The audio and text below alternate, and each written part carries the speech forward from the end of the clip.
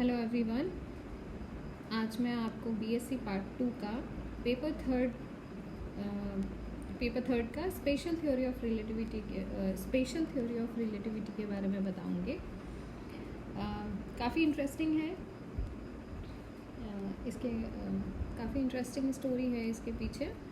Basically 19th century and होते होते physicist को लगने लगा था कि हमने फ़िज़िक्स के बहुत सारे ब्रांचेस को स्टडी कर लिया है और बहुत सारे लॉज को हैं जो हम पढ़ चुके हैं, रिवील कर चुके हैं। नेचर के बहुत सारे लॉज को रिवील कर चुके हैं और 19th सेंचुरी के एंड तक हमारे पास न्यूटोनियन मैकेनिक्स, जिसको हम क्लासिकल मैकेनिक्स भी कहते हैं, उसकी थ्योरी थी हमारे पास। इलेक्ट्रोडायनामिक्स, इलेक्ट्रोमैग्नेटिक फोर्स के बारे में मैक्सवेल इक्वेशंस काफ़ी फेमस हुए थे। 4 मैक्सवेल इक्वेशंस जो उन्होंने दिया था इलेक्ट्रोमैग्नेटिक थ्योरी के बारे में। उन्होंने इलेक्ट्रिक फील्ड और मैग्नेटिक फील्ड को एक साथ हमें पढ़ाया और एक साथ उसकी थ्योरी हमें दी, जिसको हम पढ़ते हैं इलेक्ट्रोडायनामिक्स में। थर्मोडायनामिक्स, बेसिकली थर्मल फिज़िक्स भी हम इसको कहते हैं, and kinetic theory of gases. ये सारे जो हमारे फिज़िक्स के ब्रांच थे, वो सारे ब्रांच अच्छे से एक्सप्लेन हो चुका था, बहुत अच्छे से इसको एक्सप्लेन भी किया जा चुका था और 19th सेंचुरी तक हर स्कूल कॉलेज में ये पढ़ाया भी जाता था। और फिजिसिस्ट को लगने लगा था कि अब फिज़िक्स में कुछ भी नहीं है, ये जो ब्रांच है वो अब इसमें हम बस यही पढ़ते रहेंगे और हम कुछ भी इसमें नया थ्योरी या फिर कुछ नया एक्सपेरिमेंट हम नहीं कर सकते। फिर 20th सेंचुरी आया। 20वीं शताब्दी में सबसे पहला झटका जो सारे फिजिसिस्ट को लगा, या एक नई थ्योरी जो निकल के आई थी, वो थी क्वांटम थ्योरी, जो प्लैंक्स ने दी थी। मैक्स प्लैंक्स बहुत फेमस हुए थे क्वांटम मैकेनिक्स देके, और उसके 1900 में, और उसके 5 साल के बाद ही आइंस्टीन ने स्पेशल थ्योरी ऑफ रिलेटिविटी दी थी, जो अभी हम पढ़ेंगे, जो आपके सिलेबस में है। क्वांटम मैकेनिक्स हम पार्ट 3 में पढ़ेंगे। आपके सिलेबस में क्वांटम मैकेनिक्स भी है, पर वो पार्ट 3 में है। इससे पहले पार्ट 1 में हमने इलेक्ट्रोडायनामिक्स और thermodynamics, kinetic theory of gases पढ़ चुके हैं। और स्पेशल थ्योरी ऑफ रिलेटिविटी, जैसे ही आइंस्टीन ने स्पेशल थ्योरी ऑफ रिलेटिविटी दी तो तहलका मच गया। बहुत सारी ऐसी चीज़ें थी जो फिर से फिजिसिस्ट को फिज़िक्स के तरफ अट्रैक्ट करने लगी। बहुत सारे ऐसे थ्योरी थे, बहुत सारे ऐसी चीज़ थी जिससे इंस्पायर होके फिज़िक्स के डिफरेंट ब्रांचेस बन गए। जैसे कि इन दोनों theory, quantum as well as special theory of relativity, जैसे ही ये दोनों पेपर पब्लिश किया गया प्लैंक्स और आइंस्टीन के द्वारा, इन्हीं थ्योरी से इंस्पायर होके हमें 3 ब्रांचेस और मिल गए, जिसमें एटॉमिक फिज़िक्स था, एटॉमिक एंड मॉलिक्यूलर फिज़िक्स था, न्यूक्लियर फिज़िक्स था, और कंडेंस मैटर फिज़िक्स, जिसको हम सॉलिड स्टेट फिज़िक्स भी कहते हैं। तो 19th सेंचुरी में ये मान के चल रहे थे कि फ़िज़िक्स में अब कुछ भी नहीं है, और 20th सेंचुरी में अचानक से हमें दो थ्योरी ऐसी आई, क्वांटम मैकेनिक्स और स्पेशल थ्योरी से इंस्पायर होके हमने और 3 ब्रांच डेवलप कर लिया, which is atomic and molecular physics, nuclear physics और कंडेंस मैटर फिज़िक्स। इवन एक स्टोरी और है कि मैक्स प्लैंक्स जो थे, वो जब ग्रेजुएशन में फ़िज़िक्स लेने गए थे, उनको फ़िज़िक्स में इंटरेस्ट था, और वो जब फ़िज़िक्स लेने गए थे तो उनके यूनिवर्सिटी के जो डीन प्रोफेसर थे, उन्होंने बोला था कि अब फ़िज़िक्स में ऐसा कुछ नहीं रहा, फ़िज़िक्स में कुछ भी नया नहीं है जो तुम फ़िज़िक्स लेने आए हो। ये स्टोरी काफ़ी फेमस है, हम लोगों ने ये स्टोरी सुना था। तो प्लैंक्स ने कहा कोई बात नहीं, फिर भी मैं फ़िज़िक्स लेना चाहता हूँ, देखते हैं कुछ नया है कि नहीं।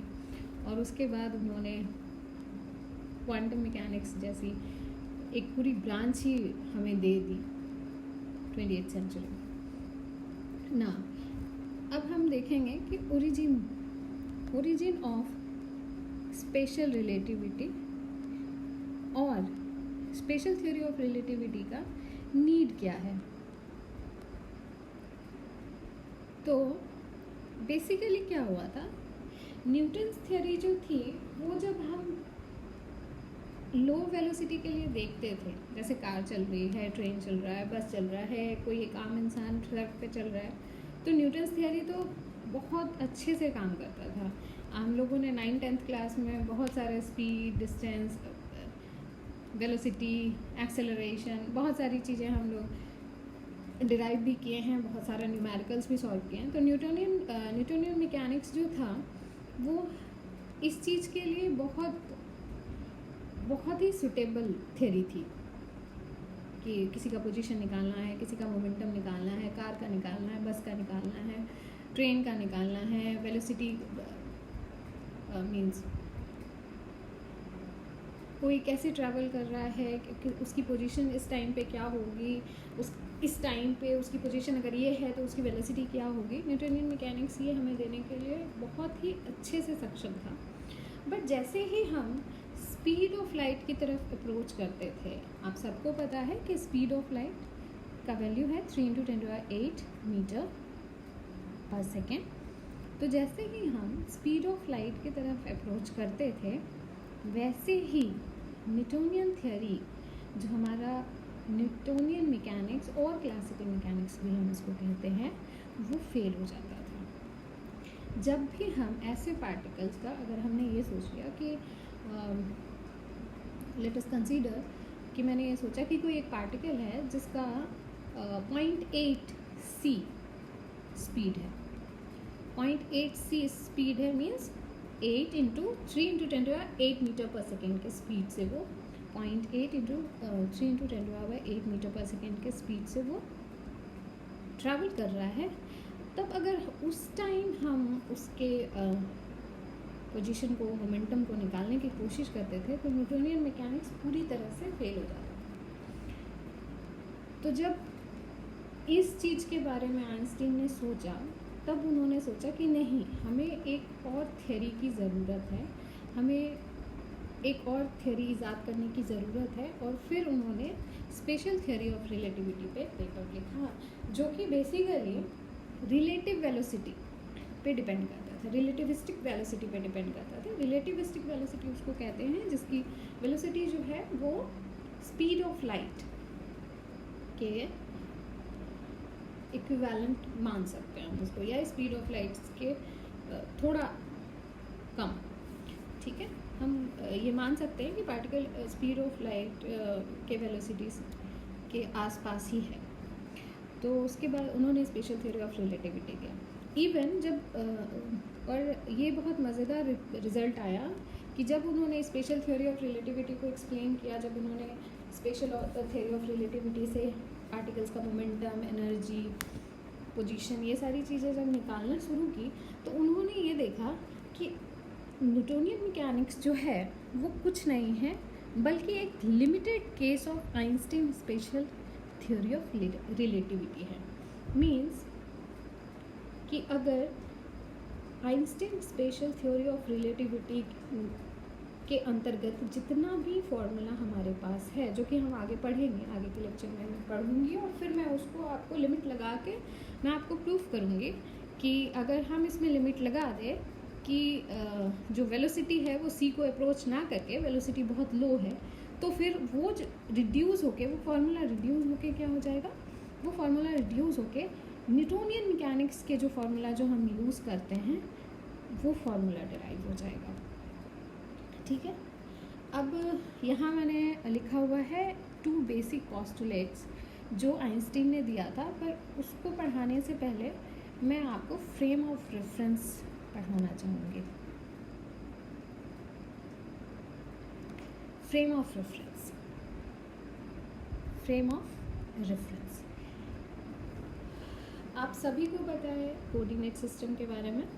मेनली हम XYZ या फिर XY कोऑर्डिनेट देखते हैं। अगर कोई मोशन प्लेन में हो रहा है तो हम XY देखते हैं, और अगर एरोप्लेन का मोशन देखना हो तो हम 3 डायमेंशन मोशन देखते हैं। तो XYZ ही हम चलते हैं। कोई भी पार्टिकल मोशन में है, कोई भी पार्टिकल मोशन में है, ये हम कैसे समझते हैं? हम ये देखते हैं कि मेरे रिस्पेक्ट में अगर किसी का पोजीशन चेंज हो रहा है तो हम ये मानते हैं कि वो जो पार्टिकल है या कोई पर्सन अगर मेरे रिस्पेक्ट में उसकी position time to time change हो रही है तो वो मोशन कर रहा है।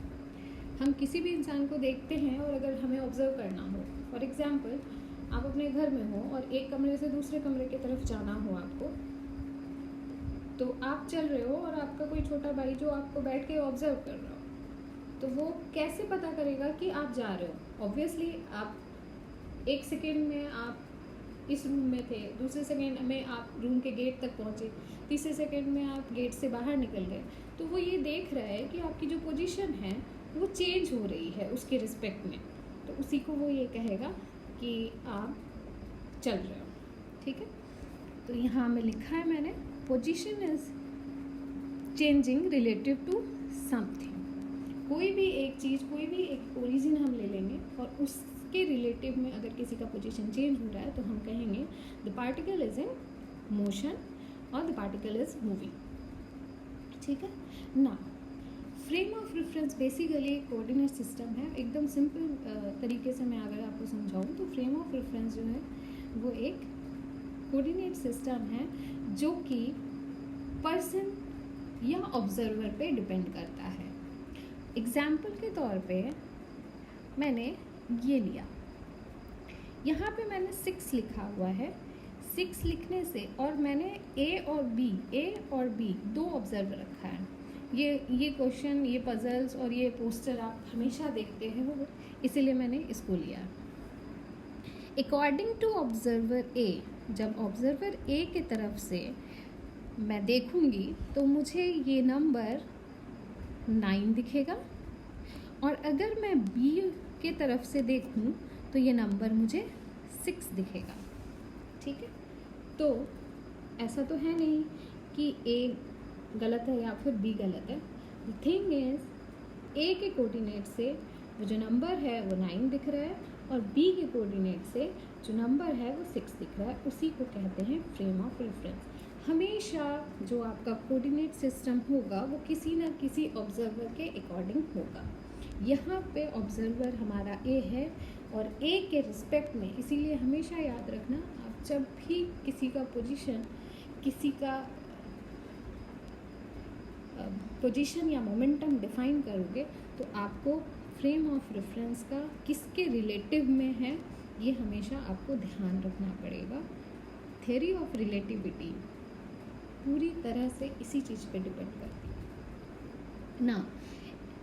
According to A the number is 9 and according to B the number is 6। तो फ्रेम ऑफ रेफरेंस, ए के फ्रेम ऑफ रेफरेंस में नंबर 9 है और बी के फ्रेम ऑफ रेफरेंस में नंबर 6 है। एक और एग्जांपल लेते हैं। मेरा डायग्राम अच्छा नहीं है, तो एक सड़क है और मैंने यहाँ पे एक मूविंग ऑब्जेक्ट रखा है। आप मान लीजिए कोई कार है या ट्रक है और इस ट्रक के ऊपर ऑब्जर्वर ए है और यहाँ पे कहीं ग्राउंड में ऑब्जर्वर बी है। ऑब्जर्वर बी जो है वो यहाँ पे ट्रक को देख रहा है। अब आप ये सोचिए, अब अपने आप को आप कंसीडर करिए कि आप एक ट्रेन में बैठे हैं। आप ट्रेन में बैठे हैं और ट्रेन पटरी पे चल रही है। बाहर के जो लोग हैं उनको क्या दिखेगा? बाहर के लोगों को दिखेगा कि ट्रेन चल रही है और उसके साथ साथ आप भी मूव कर रहे हो। बट आप जो हो, आपको क्या दिखता है? आपका कॉमन सेंस क्या कहता है उसको छोड़ दीजिए। आप क्या देखते हो? आप ये देखते हो कि पेड़ पीछे जा रहा है, अगर बीच में घर है तो घर पीछे जा रहा है। मतलब बेसिकली आप ये देखते हो कि अर्थ पीछे जा रहा है ना। तो यही है फ्रेम ऑफ रेफरेंस। मेरे according to you the land is moving, trees are moving, but according to observer outside the train is moving and you are moving with that train. तो यही है आपका frame of reference. Frame of reference मेरे according, मतलब observer के according, मेरे according आप चल रहे हो और आपके अकॉर्डिंग मैं चल रही हूँ। अपने घर के ऊपर अभी पंखा चल रहा होगा आपके रूम में। अब आप पंखे को देखिए, आपके अकॉर्डिंग क्या हो रहा है? पंखा घूम रहा है। अब आप उठिए और पंखे पे बैठ जाइए, तब आपको क्या लगेगा कि पूरी पृथ्वी घूम रही है या जो फ्लोर है आपका वो फ्लोर घूम रहा है। तो ये फ्रेम ऑफ रेफरेंस का कमाल है ना। Frame of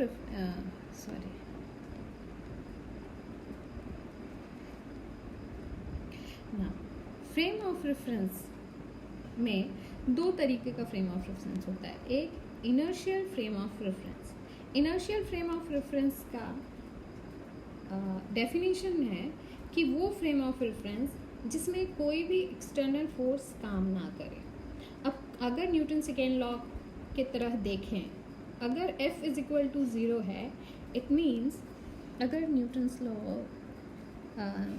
second law of motion से देखें तो F is equal to ma, and if this is 0 means a is equal to 0,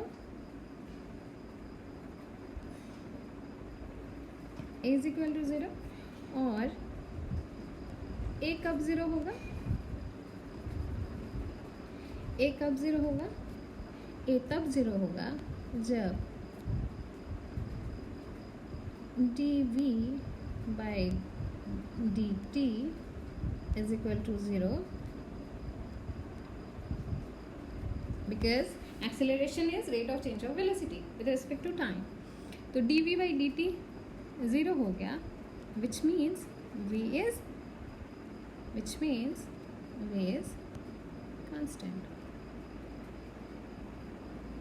ये यहाँ पे यही लिखा हुआ है,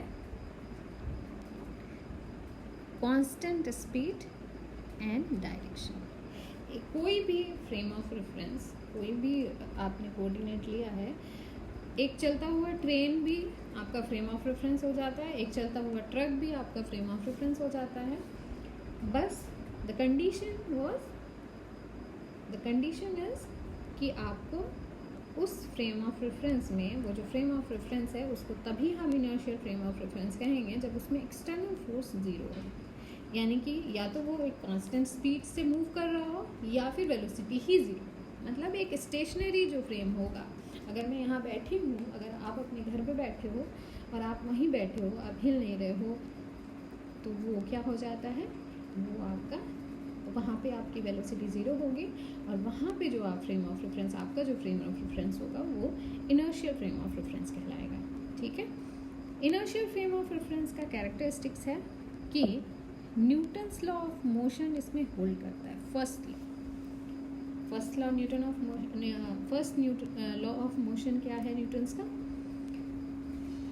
ये आप याद कीजिए अपने मन में, अपने अंदर याद कीजिए इसको, ये मैं अभी नहीं बताऊंगी आपको।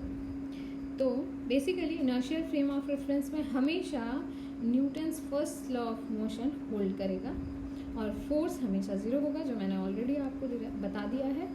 और मैंने आपको सेकेंड लॉ ऑफ मोशन से F is equal to mass into acceleration से मैंने आपको डिराइव भी कर दिया कि y v is equal to constant e और एक्सेलरेशन 0 होगा।